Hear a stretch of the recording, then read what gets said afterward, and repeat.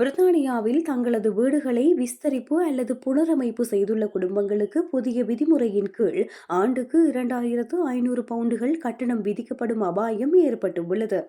ஆளும் தொழிற்கட்சி அரசாங்கம் மக்களின் வீட்டு விஸ்தரிப்புகள் மற்றும் புனரமைப்பு பணிகளை கண்காணிப்பதற்கான புதிய அதிகாரங்களை பெறவுள்ளது.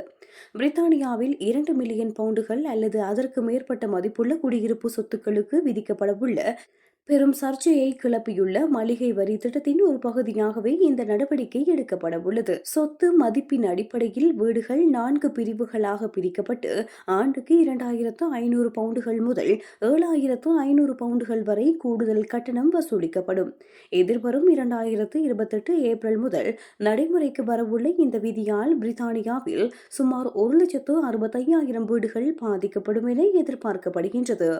வேல்யூவேஷன் ஆபீஸ் மூலம் 5 ஆண்டுகளுக்கு ஒருமுறை வீடுகளின் மதிப்பு மறுபரிசீலனை செய்யப்படும்.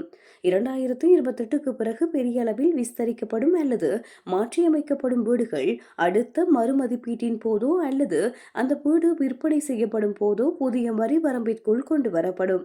இந்த புதிய வரி விதிப்புக்கு எதிர்க்கட்சியான கன்சர்வேட்டிவ் கட்சி கடும் எதிர்ப்பு தெரிவித்துள்ளது. இதுகுறித்து அக்கட்சியின் முக்கிய அரசியல்வாதியான கரெக் பேகன் கருத்து தெரிவிக்கையில், தொழிற்கட்சியின் இந்த புதிய குடும்ப வீட்டு வரி மக்களின் முன்னேற்றத்தை தடுக்கும் ஒரு வரியாகும். இது பரம்பரை வரிக்கு மேல் விதிக்கப்படும் இரட்டை பாதிப்பாகும். இதனால் பல ஓய்வூதியதாரர்கள் தாங்கள் இறக்கும் போது இந்த வரியை செலுத்தும் நிலைக்கு தள்ளப்படுவார்கள். அதேவேளை இந்த புதிய வரியின் காரணமாக அதிக மதிப்புள்ள வீடுகளின் விலைகள் வீழ்ச்சியடையக்கூடும் என பட்ஜெட் பொறுப்பு அலுவலகம் எச்சரித்துள்ளது. எனவே பிரித்தானியாவில் 2028ஆம் ஆண்டிற்கு பிறகு தங்களது வீடுகளை பெரிய அளவில் விஸ்தரிக்க திட்டமிடும் குடும்பங்கள் இந்த புதிய வரி விதிப்பு குறித்து அவதானமாக இருக்குமாறு கேட்டுக் கொள்ளப்படுகின்றனர்.